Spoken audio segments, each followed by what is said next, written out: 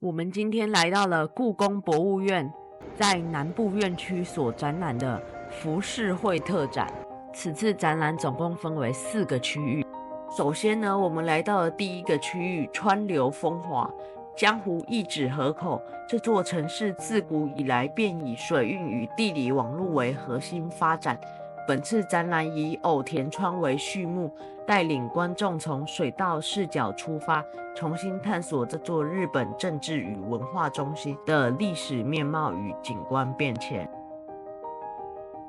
首先，我们要来介绍的作品是出自于歌川广重风景画集成大作的《民所江湖百景》。画中以柳树下的一石桥栏杆为近景，描绘大型护城河交汇处的水上风光。河面上可见熟练操作赖曲船的船夫，以及忙于撒网与收网的渔船。广重巧妙运用远近悬殊的构图比例，将远方的江户城、丹泽山脉与富士山纳入画面，营造出极具纵深感的空间艺术，生动呈现了1857年江湖的水都风情。本作描绘偶田川蜿蜒流向东京湾，船舶密集，展现繁华样貌。鸟瞰视角与秋行少真想湖民所之绘相近，但其风格主要受西洋油画影响，与师傅多日本制的江户全景图十分相似。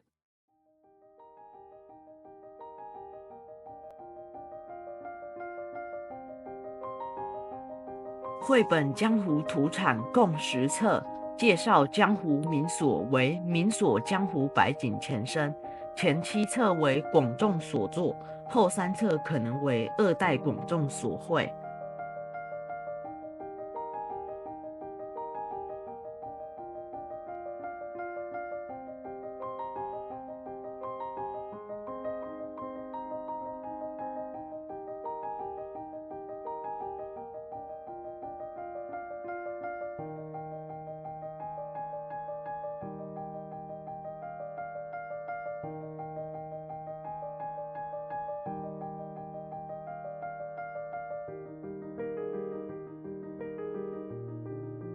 展览配合夏季展期，透过江户市民的生活视角，呈现东亚共同节庆如端午、七夕在日本独特的庆祝面貌。因应台湾暑假与鬼月文化，特别挑选相关主题，以连结本土风俗，并结合美人、歌舞伎及日本桥等名胜题材，生动勾勒出江户时代充满活力的夏日城市风光与休闲娱乐。本作品为歌川广重民所江湖百景中的名作，生动捕捉了偶田川新大桥突遭骤雨的瞬间。画中行人匆忙奔走，与斜向的桥面行舟及雨线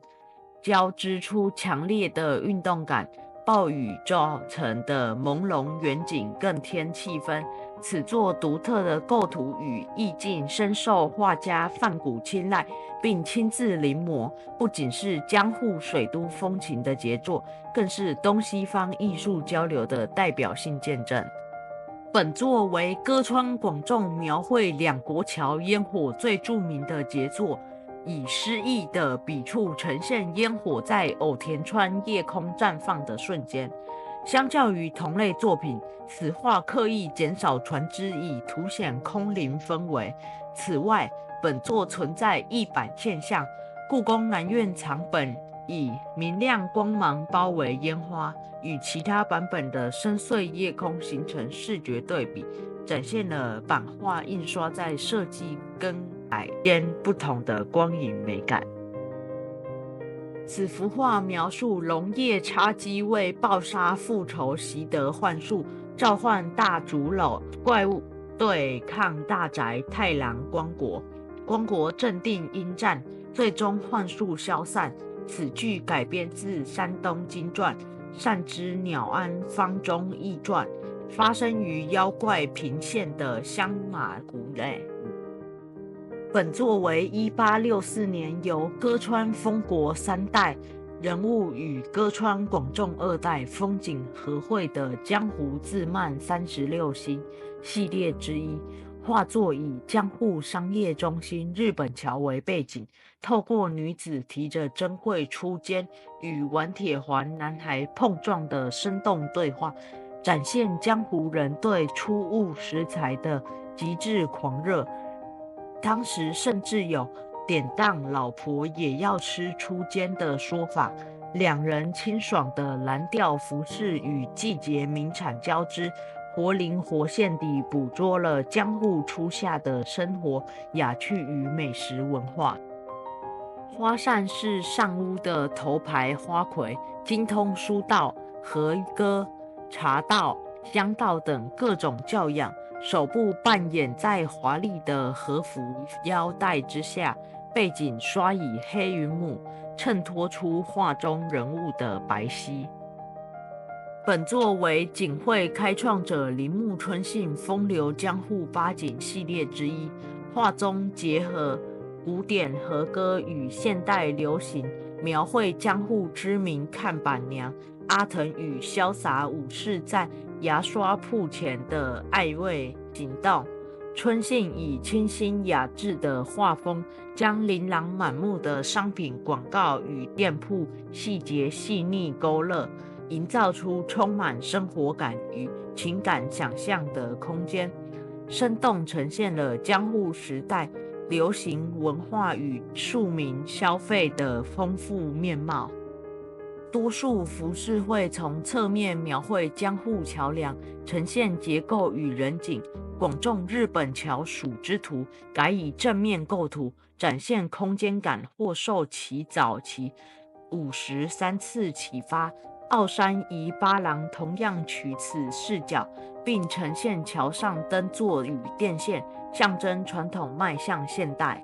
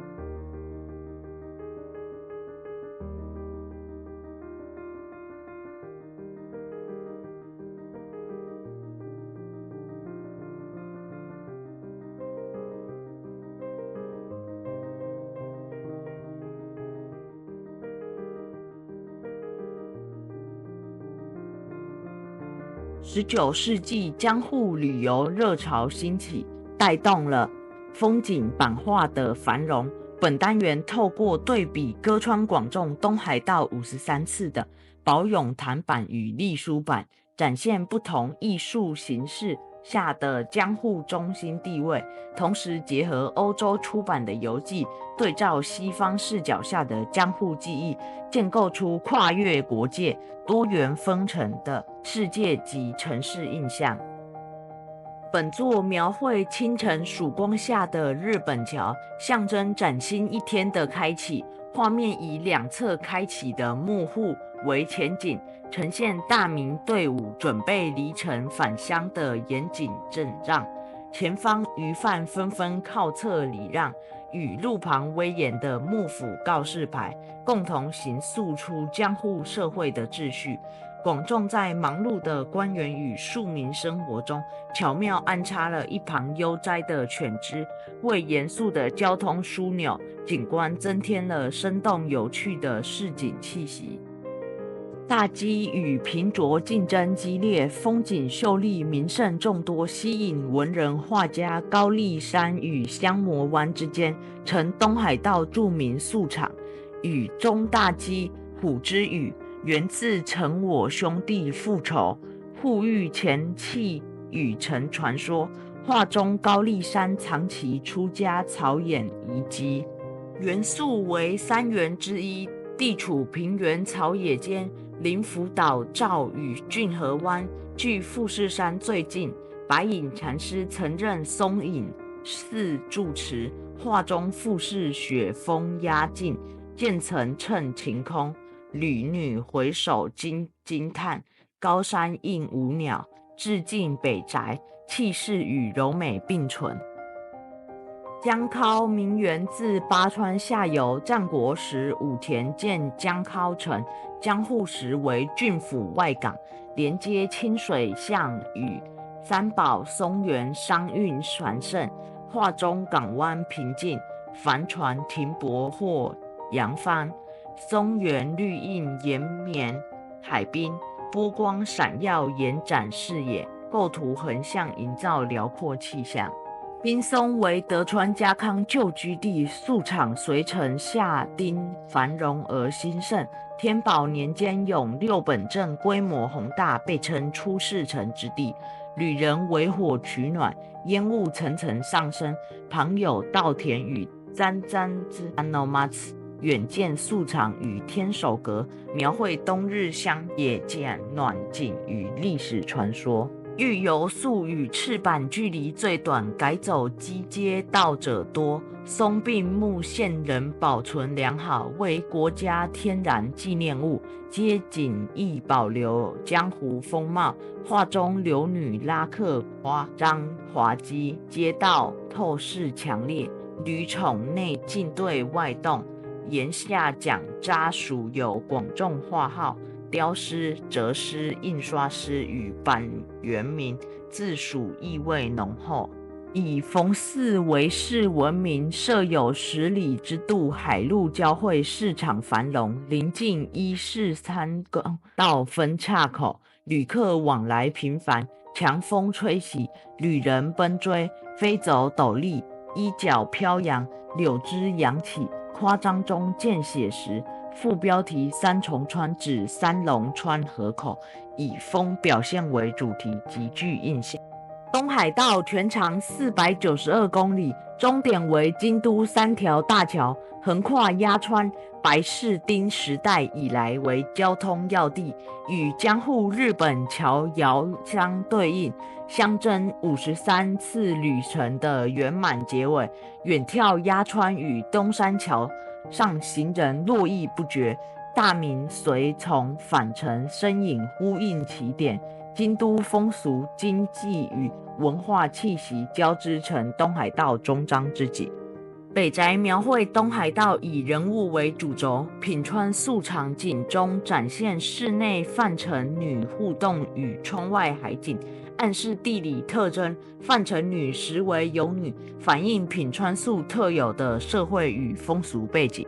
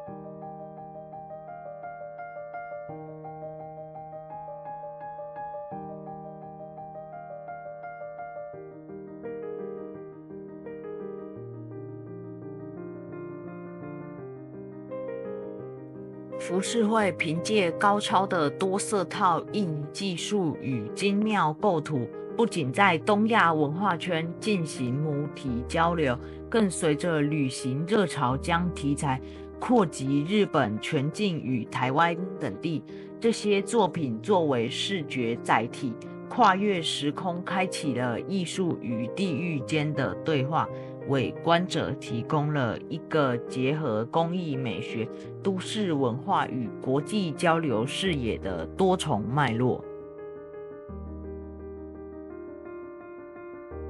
尽管江户时代实施锁国，长崎港仍是与东亚文化圈交流的窗口。透过共享的汉学背景，视觉图像在地域间流动与融合，如清代南陵无双谱的细腻人物风格，便深远影响了日本。月冈芳年的李白醉眠即是此类跨国传播的实证，将酒中仙李白斜靠酒瓮沉醉书卷的形象经由浮世绘传入日本民间，展现了中日文化在视觉艺术上的深刻对话。本作是歌川广重晚年巅峰之作。广重以大胆的近景透视法，用粗壮美术枝干切割画面，营造出独特的空间层次。色彩则以绿色渐层对比挑红渲染，视觉力极强。此作因深受画家范谷喜爱并临摹，成为国际间最负盛名的浮世绘代表作之一。此作以光线画低彩度风格描绘渔港迷蒙景象，采框中则以合奏展现台湾人文景观，也延续江户民所绘的双重关怀。吉田出山岚被誉为大正的广重，其鸟瞰图结合艺术美感与实用功能，以独特的 U 字形结构图展现壮阔地域观。他将京都有禅与西化背景融入地图，作品不仅详细记录了日本与大正时期台北的繁荣景象，更通过台湾全景鸟瞰图等作，为近代东亚观光与文化交流留下了关键的视觉记录。